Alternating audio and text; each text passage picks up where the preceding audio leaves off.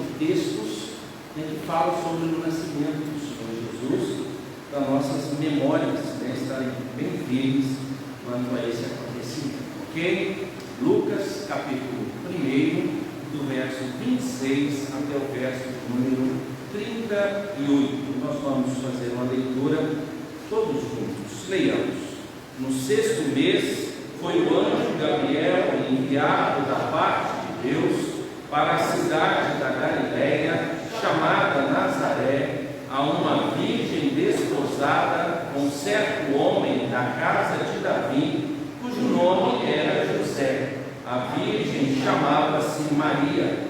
E entrando o anjo aonde ela estava, disse: Alegra-te, muito favorecida, o Senhor é contigo.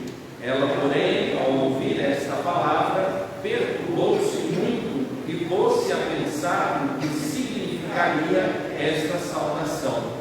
Mas o anjo lhe disse: Maria, não temas, porque achaste graça diante de Deus. Eis que conceberás e darás à luz um filho, a quem chamarás pelo nome de Jesus. Este será grande e será chamado Filho do Altíssimo. Deus, o Senhor, lhe dará o trono de Davi, seu pai.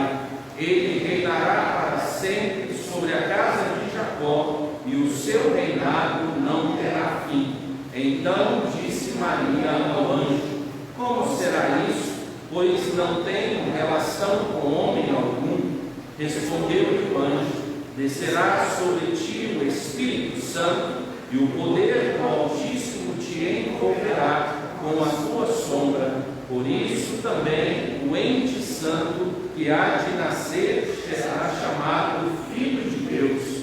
E Isabel, a tua parenta, igualmente concebeu um filho na sua velhice, sendo este já o 6º mês para aquela que diziam ser estéril, porque para Deus não haverá impossíveis em todas as suas promessas. Então disse Maria: Aqui está a serva do Senhor, que se cumpra em mim conforme a tua palavra. E o anjo se ausentou dela. Deus amado, muito obrigado pelo relato da tua palavra, essa palavra inspirada, Deus, conforme a vontade e a obra do Espírito do Senhor. Recebemos, Deus, essas palavras para que possamos louvar, engrandecer e adorar o nome de Cristo Jesus, pois Ele é o nosso Senhor, é o nosso Redentor, Ele é o nosso Deus. Louvado seja o nome do Senhor por isso. Ó Pai, receba todo o louvor e toda a adoração, e que reconheçamos sempre, Deus, o poder e a autoridade de Jesus sobre nossas vidas. Agradecemos, ó Deus, pelas vidas daqueles, ó Deus, que participaram de todo esse processo, a vida de José, a vida de Maria e todos aqueles, ó Deus, assim como João Batista, Isabel, Zacarias, ó Deus, que estiveram tão próximos, ó Pai, do nascimento de Cristo Jesus, o nosso Redentor. Que nós também, ó Deus, tenhamos a mesma espiritualidade de acolher, ó Deus, as mensagens do Senhor, a palavra do Senhor, para que se cumpra, ó Deus, a vontade do Senhor nas nossas vidas. Em nome de Cristo Jesus, nós oramos. Amém. Irmãos, vamos cantar o hino de número 237, Jesus nasceu. 237. Ah, desculpa, irmão. 230. Agora sim, você tem? Mas vamos ver, deixa eu ver. Oh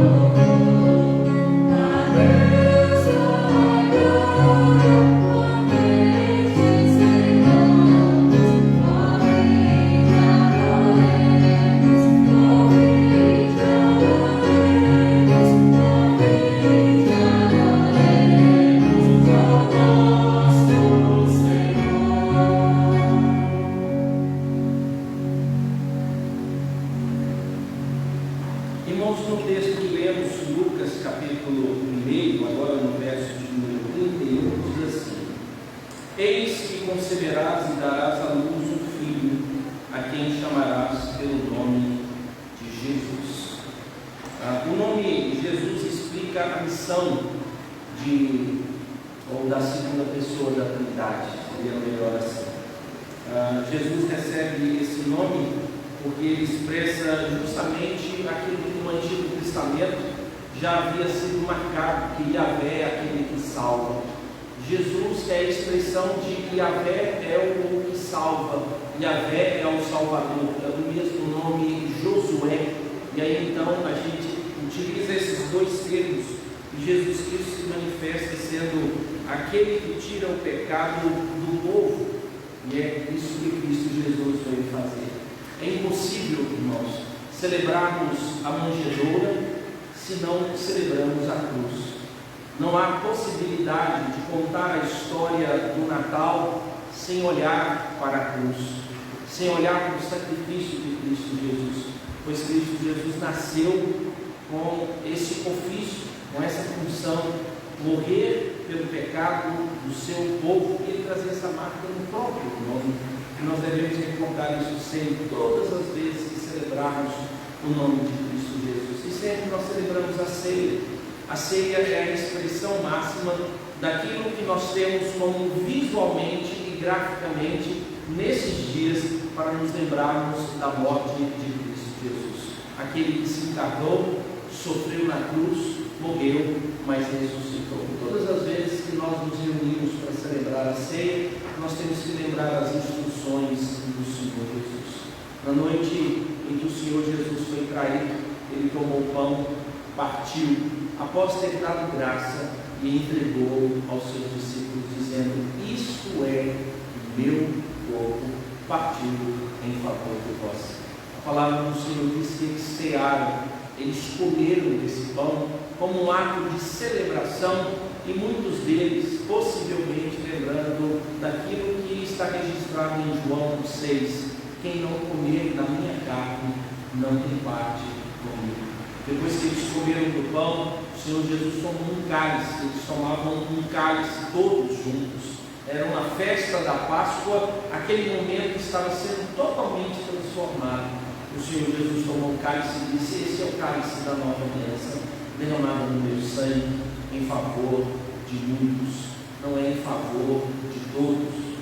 Por isso que a expressão que nós encontramos é em favor de muitos. Bebei dele todos, ou seja, todos os que estavam ali presentes deveriam participar daquele cálice único, cada um tomando, mostrando e lembrando aquilo que o Senhor Jesus disse: esse é o meu sangue. É assim que a minha aliança está acontecendo, também lembrando das palavras do Senhor Jesus: quem não beber do meu sangue não tem parte comigo. E agora, irmãos, nós fazemos assim como Cristo Jesus ordenou. Quando nos reunimos, nós nos lembramos da morte. Vamos orar, preparando o nosso coração. Logo após a oração, os presbíteros virão à frente, para que a gente possa fazer a distribuição dos alimentos da ceia. Feche seus olhos, confesse seus pecados, acerte sua caminhada com Deus, agradeça a Deus pelo sacrifício de Cristo Jesus e decida, em nome de Jesus, declarar a fé que você tem, participando da ceia, comendo do pão e tomando do cálice.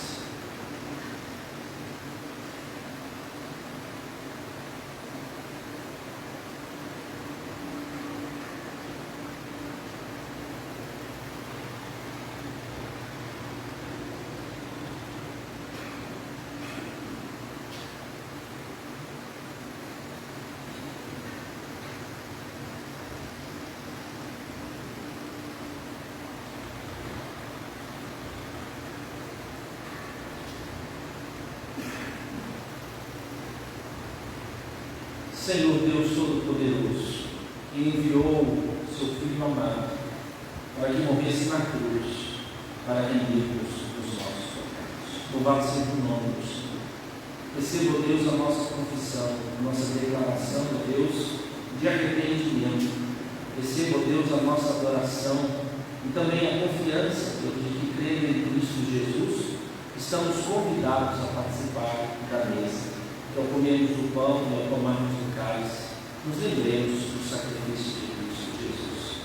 Ao comermos o pão, ao tomarmos o cálice, anunciemos verdadeiramente, espontaneamente e publicamente a morte de Cristo Jesus. Ao comermos o pão e ao tomarmos o cálice, anunciemos que Cristo Jesus voltará e Ele nos buscará, levando-nos, ó Deus, para habitar para sempre no céu e em nova terra.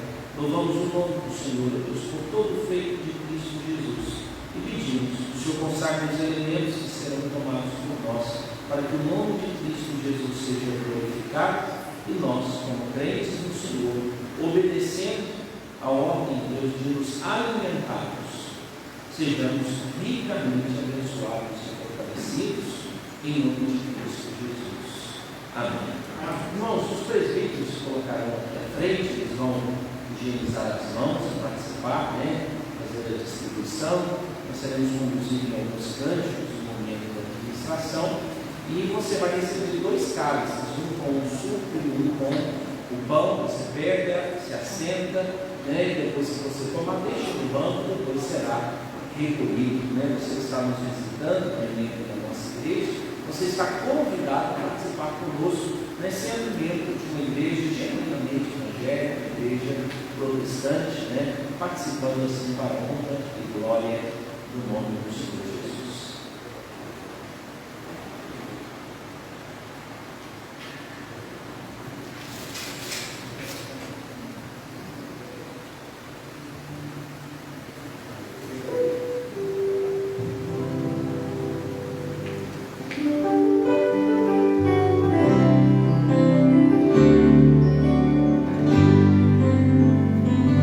As respostas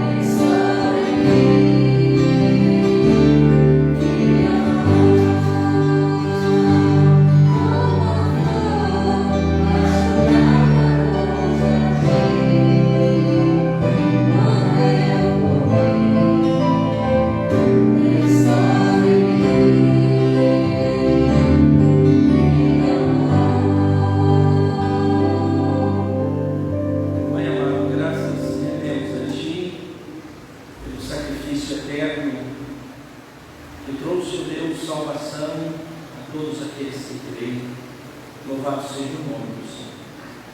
Ó Deus, endireita a nossa caminhada, que nos lembremos sempre, Deus, da morte vicária de Cristo, do sacrifício remidor, da cruz sangrenta, da vergonha ultrajante, de tudo quanto Cristo Jesus sofreu na cruz, em nosso lugar.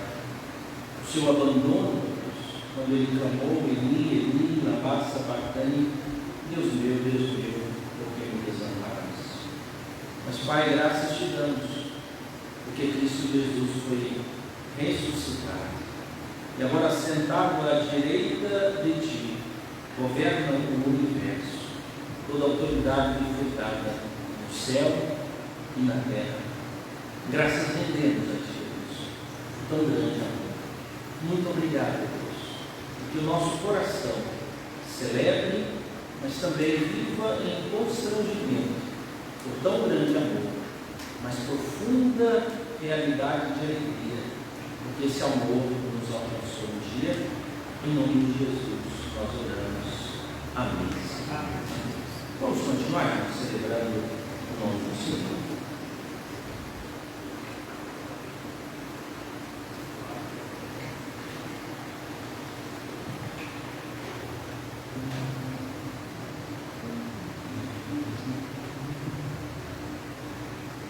Vamos colocar de pé nessa mesa, aqueles que puderem, né? Vamos continuar louvando o nosso Deus com o cântico quebrantado.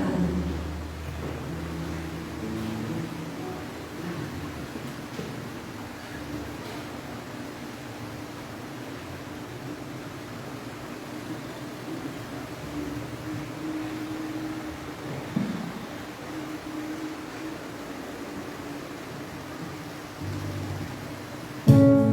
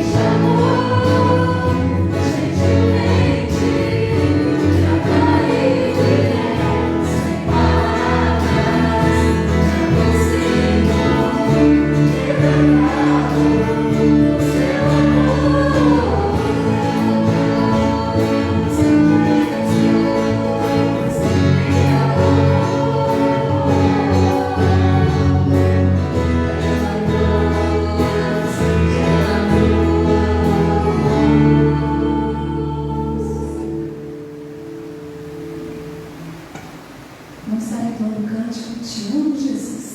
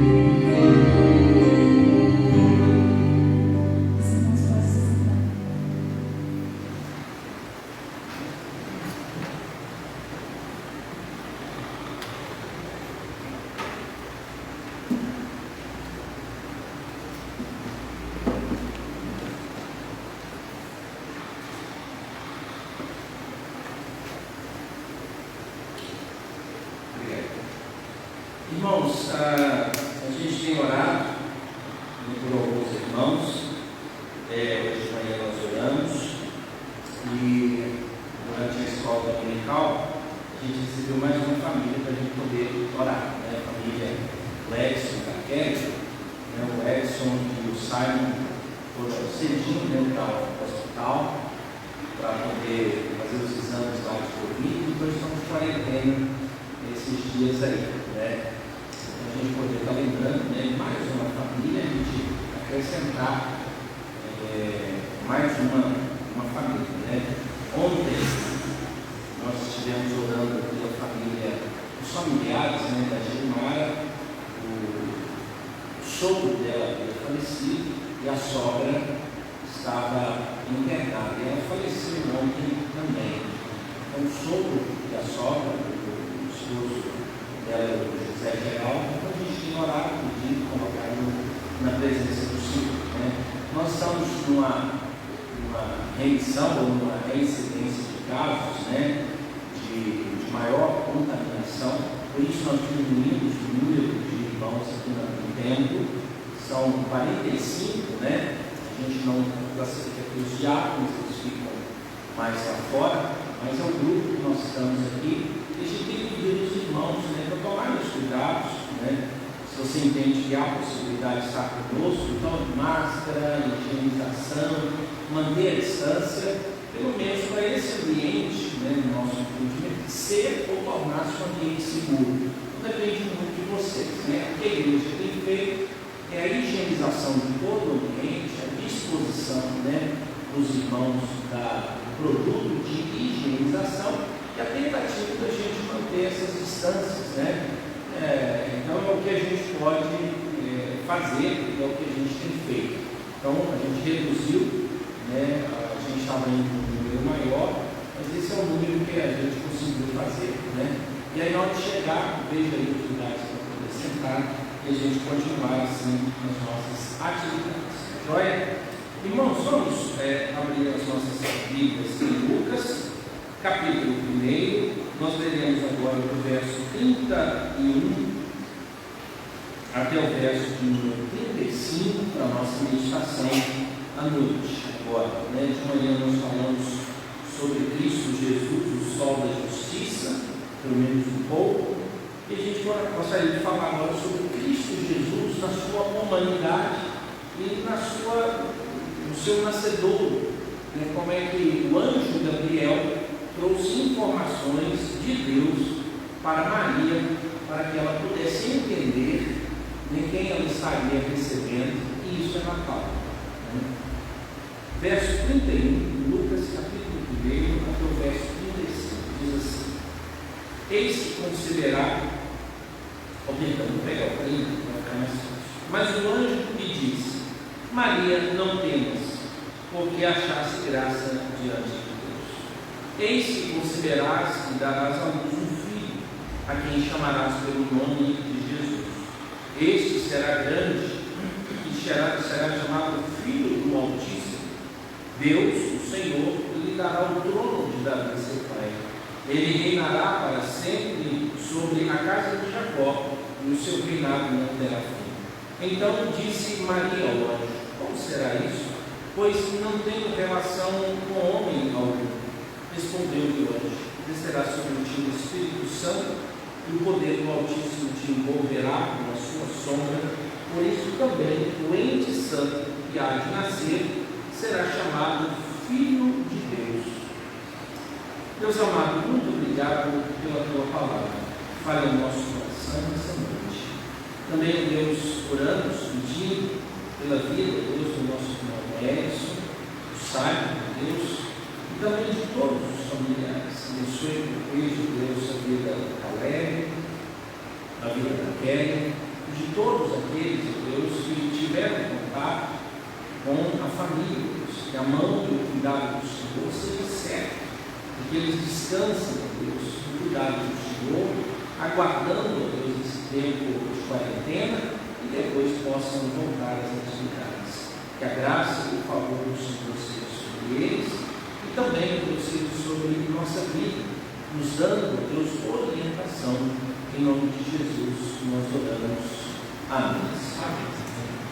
Irmãos, hoje de manhã, eu gastei um bom tempo falando sobre o que é o Natal e o que é o espírito de Natal. Eu gostaria de repetir, talvez nem todos vão assistir ou tenham assistido, mas eu acho importante, né? Às vezes o espírito de Natal se torna mais importante do que o Natal. E aí nós necessitamos fazer distinção e deixar isso muito claro para a nossa caminhada e aproveitar o espírito do Natal para que a gente possa apresentar Jesus no Natal, né? Então, a gente já tem falado, dia 25 de dezembro, mas por mais que a gente leia o texto bíblico, é impossível associar essa data ao nascimento de Jesus. Então, não existe mais discussão sobre isso. Mas de vez em quando alguns crentes são pegos de surpresa e aí a gente tem que explicar a história. A história, ela tem um fundo de aproveitamento religioso e político, uma soberania. Então, o dia 25 de dezembro era o dia da celebração do Deus Sol. A nação romana, por decreto, se tornou cristã. E então todos os aspectos pagãos que existiam passaram a ter uma proximidade ao cristianismo. Ora, o cristianismo sobressaindo do paganismo, mas ora o paganismo sobressaindo do cristianismo. E esse foi um dos aspectos. Então, o dia 25 era comemorado uma das maiores festas em Roma. E aí eles decidiram fazer o quê? Em vez de celebrar o Deus Sol, nós vamos celebrar Jesus, utilizando a expressão que encontra em Malaquias: o sol da justiça nascerá para vós, ou o sol da justiça. Então estabeleceu-se, decretou-se que o dia 25 de dezembro é o dia de Natal, é o Natal de Jesus, né? Que a expressão é essa. Então é o dia em que Jesus nasceu. Mas quando a gente lê as Escrituras, a gente não consegue encontrar essa data lá.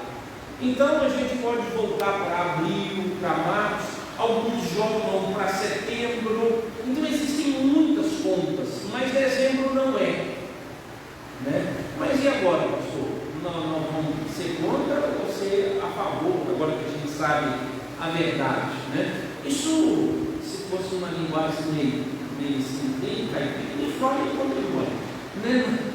A questão é a seguinte: como não existe uma ordem para se fazer isso, a gente então aculturou-se dessa comemoração e a gente então faz nesse dia. Mas nós sabemos da consciência cristã de celebrar Cristo Jesus tem que ser todos os dias, é a nova vida. Mas nós então utilizamos essa data. Se alguém propuser a mudança e convencer, achar que outra data é melhor, talvez a instantânea muda. Mas é muito grande o número agora de pessoas que utilizam essa data. Mas qual é o problema agora onde nós encontramos? E a igreja precisa preocupar-se com isso. Pelo menos o meu entendimento é que a igreja deve preocupar-se com aquilo que as Escrituras dizem sobre o Natal. Então, a Escritura, ela não nos dá, né, tanto substrato como encontramos na celebração de Natal e fora, especialmente os símbolos.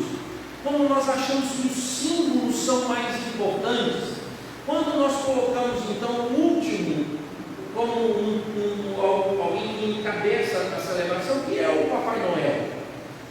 Nos Estados Unidos, Santa Claus, e aí na Europa outros nomes. Esse Papai Noel, ou essa personagem da história, e ele existiu verdadeiramente, né? Era um bispo que fazia caridade, mas ele era magérrimo, não era gordão, fofuchão, como o Papai Noel que eles criaram da Coca-Cola. A Coca-Cola fez uma propaganda de marketing, e aí então a gente associa o Papai Noel àquele símbolo, né, grande, desse de roubo e tudo, um xixão rosado, né, um aspecto até bonito no sentido de estética, mas que rouba a figura de Cristo Jesus. E é muito comum, irmão,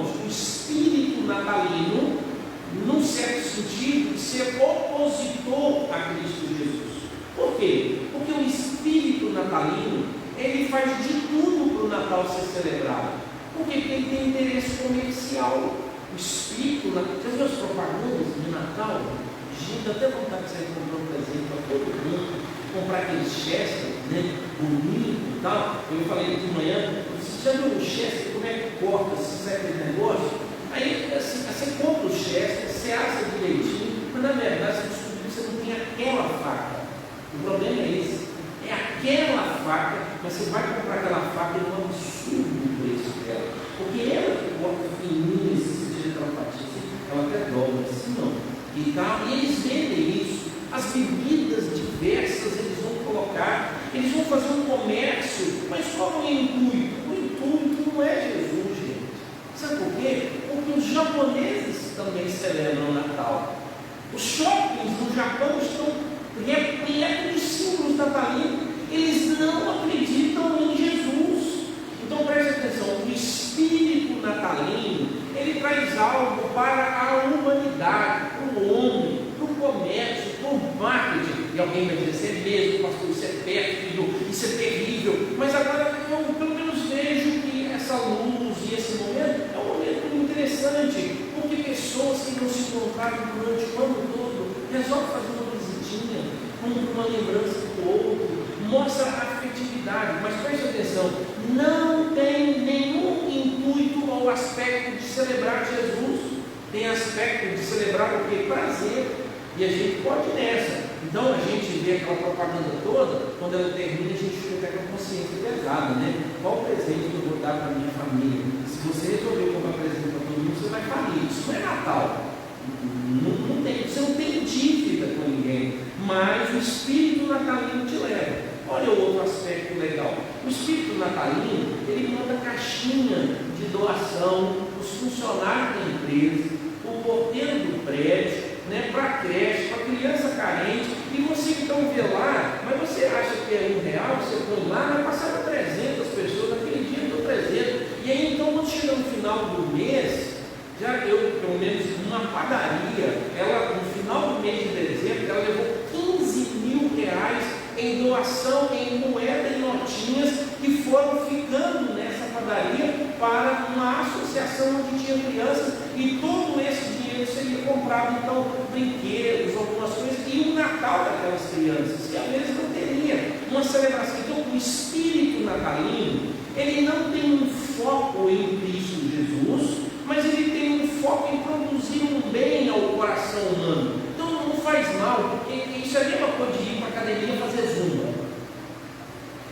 É a mesma coisa você gastar 5 horas ou 10 horas pedalando. É a mesma coisa você passar 24 horas jogando Free Fire. Não tem lucro nenhum e você não critica. Mas esse aspecto de pelo menos você traz um benefício a outras pessoas. E aí então as pessoas se reúnem. E eu acho interessante isso. E talvez você pudesse deixar seu coração. Porque talvez você vai dizer assim, mas isso não é Natal, né? Mas talvez você não reúne para jantar com a sua família, não faz nada. Mas isso aí também não é Natal, né? Então você é incapaz de contribuir, ceder o coração e ajudar as pessoas, especialmente nesse momento. Mas isso não é Natal, isso não tem nada a ver com Jesus. Mas as pessoas não conseguem nem ver o brilho de Jesus na sua vida nesse período. Então é um bom momento para que as pessoas leiam sobre o Natal que nós cremos. Então você pode enviar textos, você pode enviar mensagem, você pode falar, você pode expressar, mas preste atenção, irmãos, quem é que está e deveria estar preocupado com isso é a igreja. A igreja preocupa-se com Jesus. O espírito natalino preocupa-se com a festa. Tem problema eu preparar a minha festa, fazer nenhum problema, desde que a gente tenha a consciência de quem é Jesus e não permita que abuso nenhum sobrevenha sobre esses símbolos para declarar que a expressão é. Tanto que de manhã eu fiz a pergunta, imagine só, se esse Natal, e algumas pessoas vão viver isso, você fosse proibido de fazer festa, de comprar presente, de reunir a família, de acender luzinha, de colocar árvore de Natal, colocar presente para a árvore de Natal, vestir Papai Noel, colocar meia na chaminé. Gente, a chaminé aqui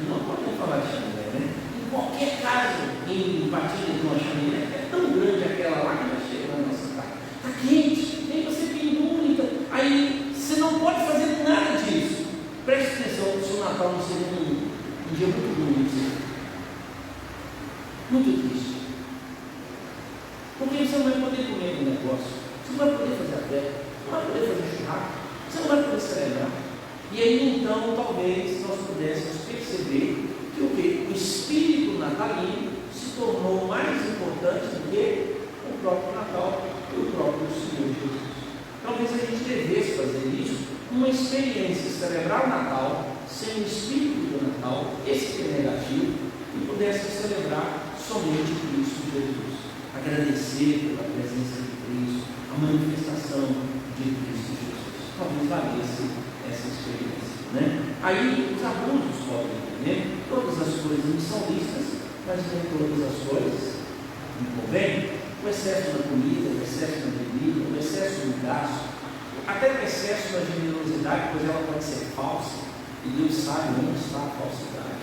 E talvez você pudesse exceder e fazer o bem, verdadeiramente, né? Aquele tanto de valor que você gasta sempre para você, você pudesse pensar no seu vizinho, no seu colega, no seu amigo, alguém do seu bairro, alguém da sua cidade, alguém que tenha alguma carência, e você pudesse expressar o seu amor a Cristo por meio, né, dessas boas atitudes. E talvez então a gente poderia encontrar as pessoas. A igreja precisa disso. Por isso, irmãos, a igreja ela não pode ser vendida aos símbolos. Ela não pode ser suprimida na mensagem para que os símbolos se tornem mais importantes. E às vezes seria mais necessário que a igreja esvaziasse os símbolos para que a gente pudesse apresentar a Jesus e falar quem é Jesus, expressar sobre Jesus. E aí a gente poder fazer isso. Uma das coisas boas que nós temos, irmãos, é quando nós lemos o texto bíblico e o texto bíblico não diz nada sobre como nós devemos celebrar o Natal, nem se compara com o momento e o modo em que nós celebramos o Natal. Olha para você ver que a narrativa dos textos bíblicos é de grande alegria para quem seria liberto, mas a história de Maria, José, Jesus, João Batista, Zacarias, Isabel, que é um núcleo, né, menor de celebração do Natal, foi de extrema dor e de extremo sofrimento. E lembrando que o nascimento de Cristo Jesus é para uns alegria, mas para outros de grande tristeza, pois esse Cristo Jesus que é luz, não brilhará no coração de muitos. Quando aquele Simeão, um idoso, né, seria o termo, um elder em inglês, ou um presbítero, pega Cristo Jesus nas mãos, ele diz: ah, Senhor, pode me despedir em paz, pode me mandar embora, ou seja, estou pronto para morrer, o que eu precisava ver nessa vida, eu vi, estou vendo o Messias. E aí ele diz assim: ah, uma espada vai transpassar o coração da mãe desse menino. Sofrimento da dor de Maria, de uma mãe que verá seu filho ser humilhado, ultrajado, filho mesmo, sem qualquer história tendenciosa a colocar Maria em aspectos maiores, mas como mãe, uma mãe que verá o filho sofrer e vai sofrer amargamente junto a esse filho. E Maria acompanha todo o processo de dor de Cristo Jesus. Mas aí Simeão, ele diz: mas esse menino será para levantamento de uns, mas será para a desgraça ou a queda de outros. Depende de quem crê em Cristo. E agora o anjo Gabriel vem apresentar esse menino. E eu queria lembrar um pouquinho disso, para que eu sei que você pode estar olhando para o refrigerante, preocupado com a comida, se vai ter uva passa no arroz, ou se vai ter arroz na uva passa, se você vai colocar vinho, se vai ser o doce do quê, porque essa começa a ser a preocupação natalina, o presente, a caixa, qual vai ser o negócio, o tamanho da árvore de Natal, se vai repetir do ano passado, se não vai, e tudo. E aí a gente acaba esquecendo de pensar nessas coisas. E talvez a gente pudesse gastar mais tempo. Então, a única oportunidade, irmãos, que nós temos, e eu considero mais lógica, são as reuniões que acontecem na igreja. E olha como Gabriel conversa com Maria. O verso 30 diz assim: Maria, não temas, porque achaste graça diante de Deus. Gabriel fala com Maria, porque Gabriel fez um cumprimento muito diferente do fazer. Só que é o seguinte, irmãos, Maria não está assustada com Gabriel, Maria está assustada com o cumprimento de Gabriel. Honestamente, se aparecesse um anjo para você está preocupado com o que ele estava falando ou com o que ele apareceu? Vamos ficar. Mas, irmão, para um judeu, a visita de um anjo era algo maravilhoso. Ele reconhecia que estava sendo abençoado. Só que Maria ficou assustada com o cumprimento. E aí o anjo disse: "Ô Maria, fique tranquila. Deus veio aqui mandar um recado, porque Deus resolveu abençoar a sua vida. Por isso você vai ser conhecida como bem-aventurada. Você está sendo agraciada. Você está recebendo uma graça que poucos querem. A graça de ser a mãe do Redentor." Irmãos, num certo sentido, parece que essa graça é algo que nós não queremos muito. Por quê, irmãos? Quando eu procuro o Evangelho, eu estou fazendo o que Maria fez. Quando Maria recebe no ventre Cristo Jesus, é a expressão dela como aquela que participa da proclamação da missão do Messias. E nós fazemos a mesma coisa quando acolhemos a mensagem de Cristo Jesus em nós e passamos para outras pessoas. É isso, é a mesma coisa que Maria fez, embora em aspectos e em níveis e em grau muito maior do que o nosso, porque ela sente dor, ela sente a vergonha, ela passa por humilhação, mas ela está então assim, preocupada: o que vai acontecer comigo? E o anjo diz: "Não temas." E talvez nós pudéssemos também entender da mesma coisa. Quando Deus nos chama para uma missão, Ele já tem uma palavra boa. E diz: então quer dizer que no Natal eu preciso mostrar que Jesus é mais importante que a árvore de Natal, mais importante que o Papai Noel, mais importante que os irmãos, mais importante que as renas, mais importante que a luzinha, mais importante que o presente. Porque então como é que eu faço isso? Eu não sei fazer isso. Olha, primeiro, não tenha medo. O mundo vai achar estranho que no Natal você celebre Jesus, que no Natal a gente até faça a oração, que no Natal a gente reserve um tempo para falar do Senhor Jesus. Não tenha medo disso.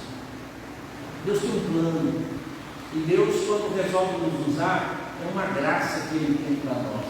Mas talvez seja uma graça que todos querem, ou queiram, por medo do que vai acontecer. Então Maria, em princípio, apresenta assim a sua sensibilidade ao futuro.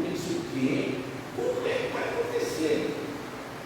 O que é que vai acontecer? E o bom, irmãos, que para cada dia do ano, Deus tem uma promessa para nós. Quando a gente lê a Bíblia na nossa versão, a primeira vez, eles lançaram dizendo que existem 365 vezes o termo "não temas".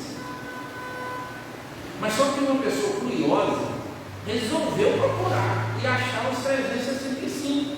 Sendo que um para cada dia do ano. E aí o curioso chegou lá e conseguiu encontrar não 365 vezes, mas encontrou 366 vezes. Se a gente fala de coincidência, irmãos, porque a língua portuguesa é a tradução. Então é algo que nós não temos assim, algo profético, mas ele encontrou 366 vezes. E alguém diz assim: é isso mesmo. Isso é para contemplar os anos bissextos. Então está resolvido. Para cada dia do ano você tem uma promessa na Bíblia dizendo: não temas. Então eu não devo temer os planos de Deus para a minha vida, muito pelo contrário. Olha a oração de Maria. Então disse Maria: aqui está a serva do Senhor, que se cumpra em mim conforme a tua palavra. Maria está disponível. Começou com medo, mas terminou com ousadia, com coragem. Então Deus faz isso. Às vezes você tem medo, receio de celebrar o Natal verdadeiramente, quem é Jesus, e aí você diz assim: agora eu não tenho medo disso. Por quê? Porque as pessoas vão sempre esperar de você a celebração do Natal, e você dê um presente, dê um negócio, mas diga lá: pessoal, eu vim trazer um presente de Natal, e as pessoas vão sempre orar por você. Eu vim apresentar Cristo Jesus. Até mesmo convidar uma pessoa. Hoje eu li um texto de uma mãe e de uma filha em conversão. E aí a mãe perguntou assim: filha, você já convidou a sua coleguinha, sua colega, para ir à igreja, para a gente poder comemorar o Natal juntos? Aí a menina disse: mas mãe, por que a minha igreja tem que Natal, sendo que lá não tem todas as coisas bonitas de Natal. A mensagem que fala do Natal lá é diferente da mensagem que a gente vê aqui. Será que a nossa igreja tem alguma coisa boa para apresentar? E preste atenção, funciona assim. O dia que seu colega vai almoçar na sua casa e ele come uma comida que você já não suporta mais comer da sua mãe, mas a sua colega sai de lá e diz assim: nossa Deus, que comida gostosa! Queria morar em sua casa. E você diz assim: irmão, a igreja é assim. Você acha que as pessoas não precisam ouvir a mensagem que você já está enjoado de ouvir, mas elas ainda não ouviram. Então, Maria recebe Cristo e nós temos a mesma iniciativa, fazer com que as pessoas escutem a mensagem do Messias. O texto continua, verso 31. Eis que conceberás e darás um filho, a quem chamarás pelo nome de Jesus. Eu estou usando uma coisa aqui de manhã, também uma coisa, mandando usina lá fora. Ela não teve o direito de escolher o nome do filho. A gente sabe que Jesus é chamado assim por nós. Jesus Cristo. Cristo não é sobrenome, né? Você vai ver que os nomes na Bíblia, todo mundo tinha sobrenome. Então, Abraão, qual o sobrenome de Abraão? Não tem. Moisés, qual o sobrenome de Moisés? Você não vai. Então, mas é Abraão, filho de fulano, Moisés, filho de Ciclano, Jesus, e era chamado filho de José, o carpinteiro. É assim que Jesus é conhecido. Só que nós conhecemos como Jesus, o Cristo.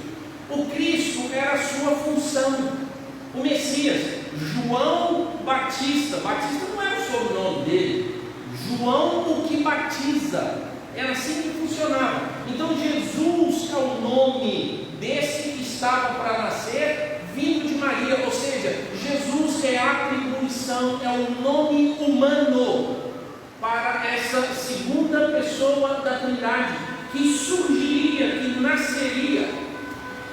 que nasceria naquele momento. E aí então, quem ele é? O Messias.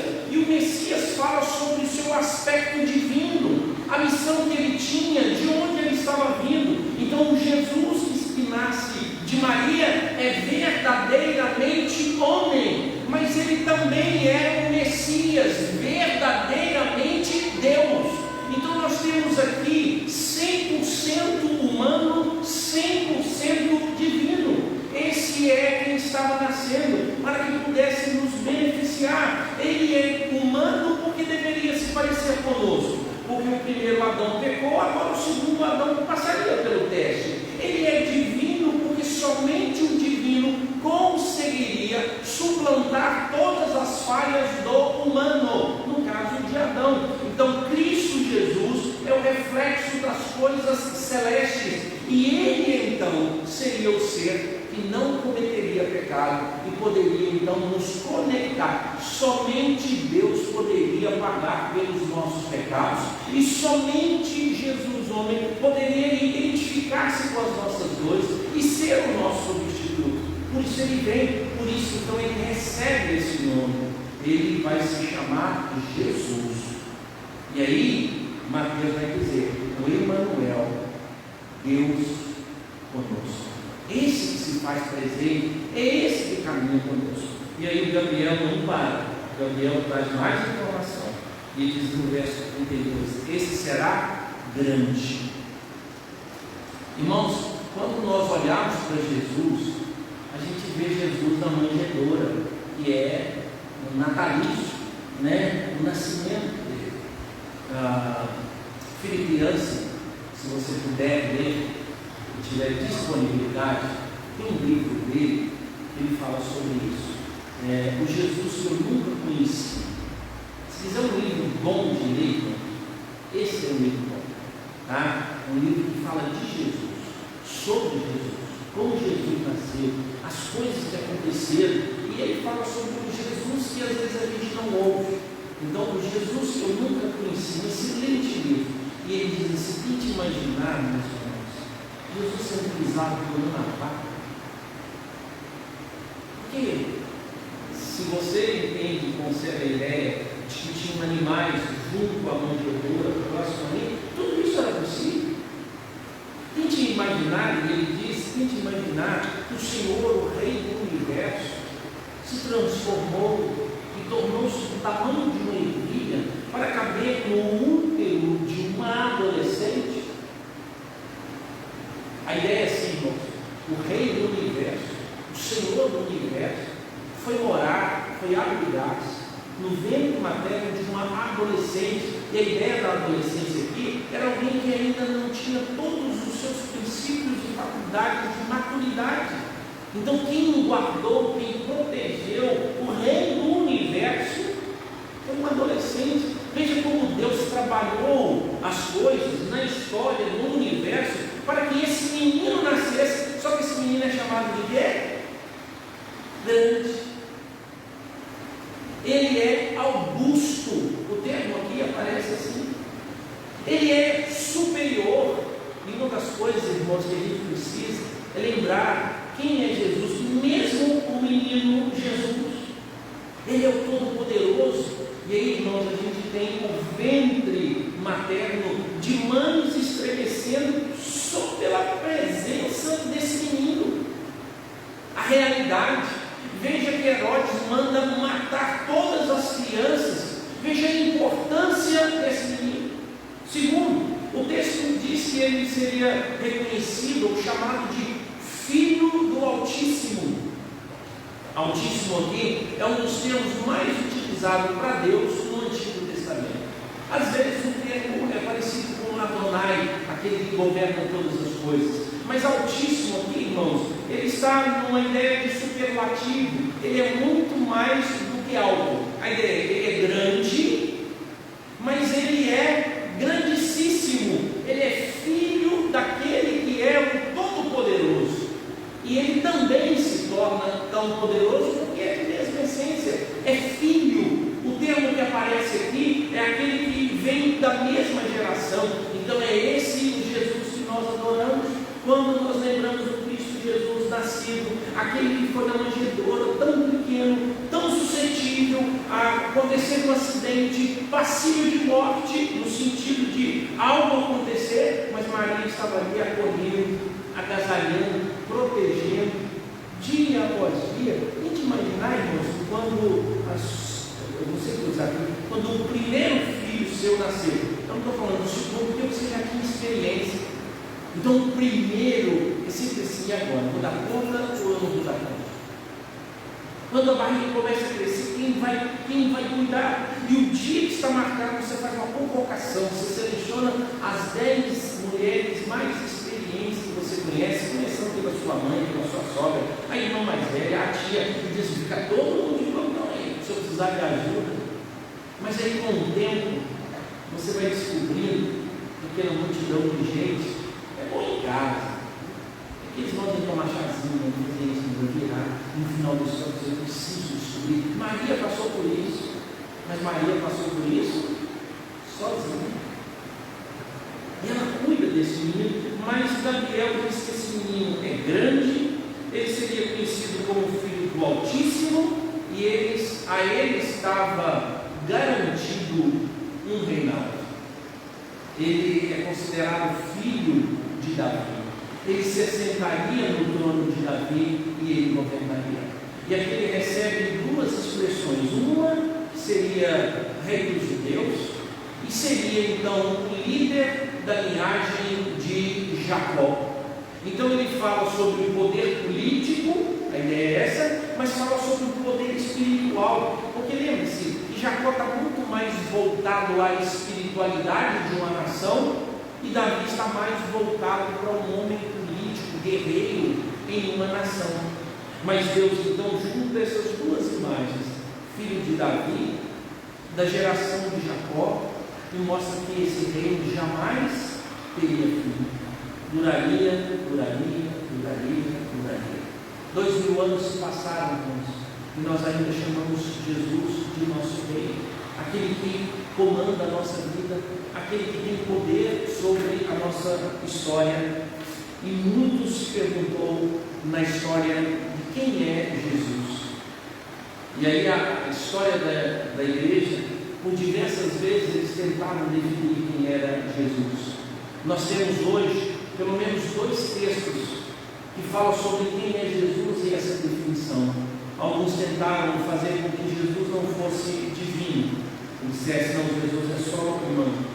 Um outro grupo diz, não, Jesus é só divino, ele não é humano. Então nós encontramos, outros tentaram dizer que Jesus, ele havia nascido, mas ele não era em carne e osso. Ele era como um holograma, você podia passar a mão por ele assim, e ele não seria tocado.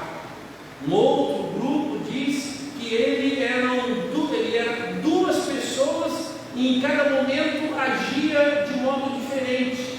E a igreja teve que sentar, escrever e falar sobre isso. E isso define quem é Jesus para nós. Talvez não seja importante saber que Jesus é homem, e talvez não seja importante saber que Jesus é Deus. Por isso algumas pessoas nem querem conversar sobre isso. Mas irmãos, se nós não tivéssemos Jesus como homem, não haveria redenção para nós.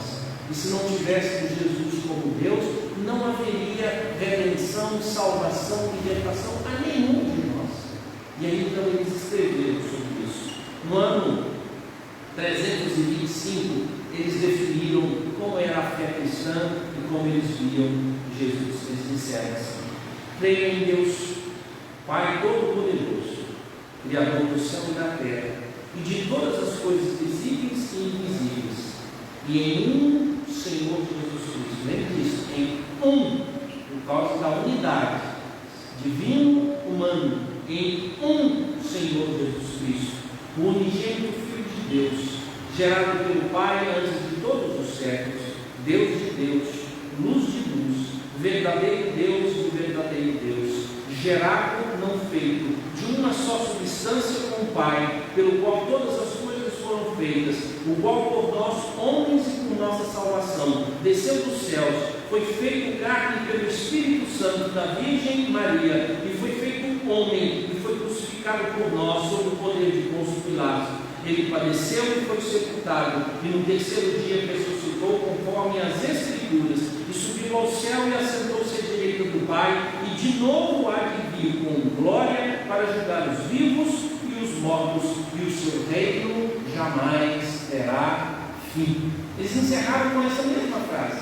Só que no ano 425, eles precisaram então definir algo. Ou seja, em 325 eles falaram sobre a humanidade de Jesus. Então ninguém teve dúvida de que Jesus era humano. Mas em 425 eles tiveram que afirmar que Jesus era Deus.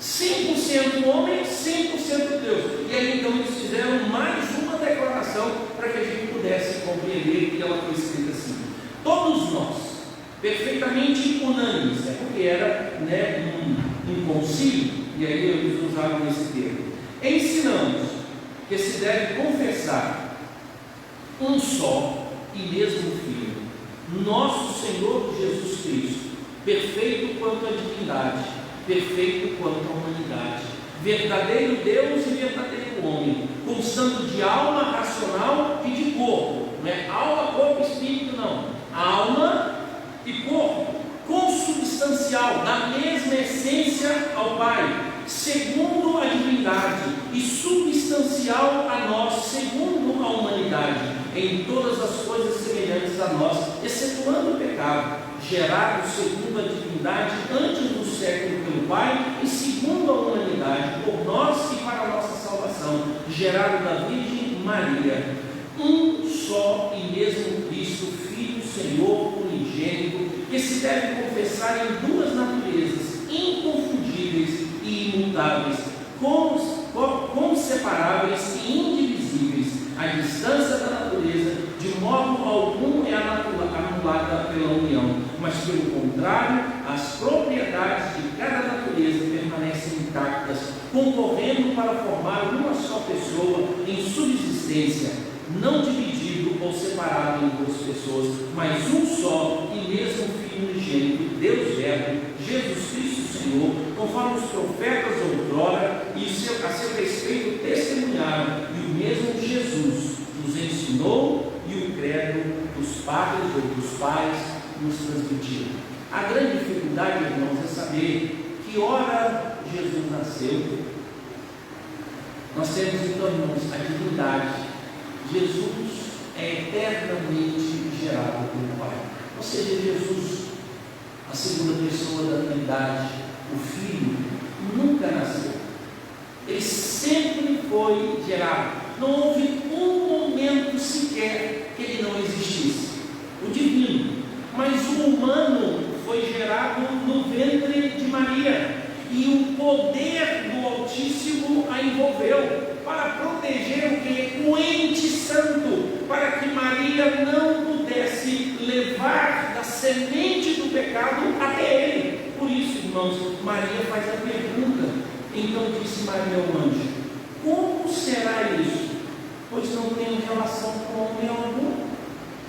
Como é que eu posso ter um filho? E aí Deus, por meio do anjo, explica. Respondeu o anjo: descerá sobre ti o Espírito Santo, e o poder do Altíssimo te envolverá com a sua sombra. Por isso, também o ente santo que há de nascer será chamado Filho de Deus. Ou seja, irmãos, Jesus nasce em plena santidade de Maria, não contaminado, porque o poder do Espírito Santo a envolve. Protege o ente da contaminação do pecado, para que pudesse nascer em santidade e cumprir toda a obra de Deus nas nossas vidas. Irmãos, nós sabemos o quanto Maria cuidou e zelou desse menino, mas a Bíblia diz que ele é grande. Mas na verdade, irmãos, quem protegia Maria, quem protegia José, quem protegia João Batista, quem protegia Zacarias e quem protegia Isabel era o próprio Cristo, porque todos eles disseram: chegou o nosso Salvador. Agora nós estamos livres. Chegou aquele que nos remirá. Chegou aquele que levará todos os nossos pecados.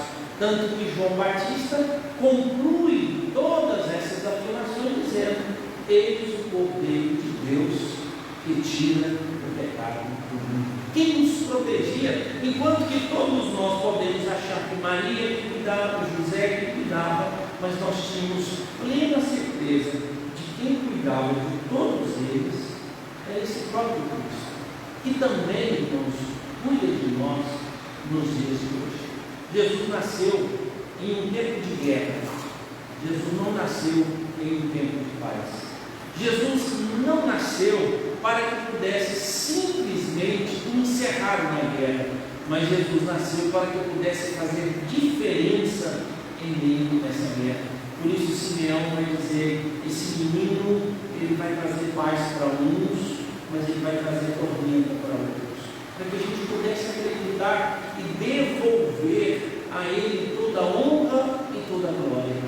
E isso já acontece lá no início. Os reis magos não são três, são reis. Eles levaram 3 presentes. Eles colocaram aos pés de Jesus. Só que a expressão lá é o adoraram e não o presentearam simplesmente. Eram presentes com o intuito de sacrifício e declaração da realeza de Cristo. E eles entregaram ouro, incenso e mirra. Ouro para decretar e falar sobre a realeza de Jesus. Incenso para falar do sacerdócio de Cristo Jesus. Jesus era profeta, Jesus era sacerdote, era rei, era sacerdote, e eles então colocaram também a mirra, e eles lançaram aos pés de Jesus como um ato de adoração, e tudo isso veio confirmar que Jesus era. Por isso Gabriel, irmãos, não teve problema nenhum em dar essa notícia a Maria. Maria, temerosa, recebe toda essa notícia, diz que o Espírito é que faria tudo isso, e Maria, sem problema nenhum, diz: eis aqui a tua serva, que se cumpre em mim a palavra do Senhor. Lembre-se, todos os profetas falaram sobre esse Messias, e agora ele estava presente. E os reis, que a gente utiliza de rei, mas que na verdade eram astrônomos e não astrólogos, eram estudiosos dos astros, seguiram aquela estrela e foram até Belém. Mas preste atenção, irmão, 2 anos depois, não foi imediato, foi bem depois do nascimento. Sabe por quê, irmãos? Ó, Herodes conversou com eles, e Herodes então mandou matar todas as crianças abaixo de 2 anos. Então não foi na hora que Jesus nasceu. Os pastores, os anjos, 2 anos. Então esses astrônomos foram seguindo a estrela por um longo tempo, até chegar à casa onde estava o menino. E ali então entregaram 2 anos. 2 anos. A Bíblia fala que esses são os mistérios do nascimento de Cristo Jesus. Parte deles nós compreendemos. Aquele que fala do nascimento de Cristo, e ser ele 100% Deus, e ser ele 100% homem, é um mistério que no céu Deus explica como esse mistério se ajusta. Mas nós cremos porque a tua palavra apresenta Cristo Jesus como homem e apresenta Cristo Jesus como Deus. Pastor, depois de tudo isso, qual é a lição? É simples. Quem crê em Cristo Jesus tem a vida eterna. Essa é a lição. Isso é Natal. Cristo Jesus veio ao mundo para salvar pecadores, dos quais eu sou cristão. Tudo isso aconteceu para que crescêssemos em Cristo Jesus. Se você crê, você faz parte do Natal. Você celebra Natal. Se você não crê, Natal é uma ameaça para você. É uma data muito perigosa. João 3,16 fala sobre o amor de Deus para mim. Mas João 3,17 diz que todo aquele que crê no Filho está salvo. Mas aquele que não crê já está perdido. O Natal pode ser uma festa de morte, mas o Natal pode ser uma festa de vida. Basta você responder em quem você crê. Vamos ficar de pé, vamos orar. Deus bendito, muito obrigado por Cristo Jesus, o nosso Redentor, que fala ao nosso coração por meio do teu Espírito, e confirma em nós, ó Deus, o grande chamamento. Por isso rogamos, ó Deus, a tua bondade e a tua misericórdia, e que o Senhor, ó Deus, nos visite. Assim, ó Deus, como aconteceu em Cristo Jesus naqueles dias, que agora, ó Deus, por meio do Espírito, o Senhor, ó Deus, fale ao nosso coração sobre a necessidade de Deus. Toque, Deus, nos corações que não têm Cristo Jesus, para que sejam transformados segundo o teu poder e a tua graça, para que verdadeiramente possamos celebrar o Natal, pois Natal é Cristo Jesus vivendo em nós, pois Natal é Cristo Jesus, aquele que nasceu, aquele que viveu, morreu e ressuscitou. Natal não encerra na manjedoura, mas ele vai até a cruz, e da cruz até o céu. Em nome de Jesus nós oramos. Amém. Amém. Que a graça do Senhor Jesus, o amor de Deus, o nosso Pai, e as ternas consolações do Espírito Santo de Deus, repouse sobre vós, amados irmãos, sobre todo o povo de Deus, espalhado pela face da terra, agora e pelos séculos dos séculos. Amém? E amém. Assentados, nós ouviremos só a última música, depois nós iremos para os nossos segredos.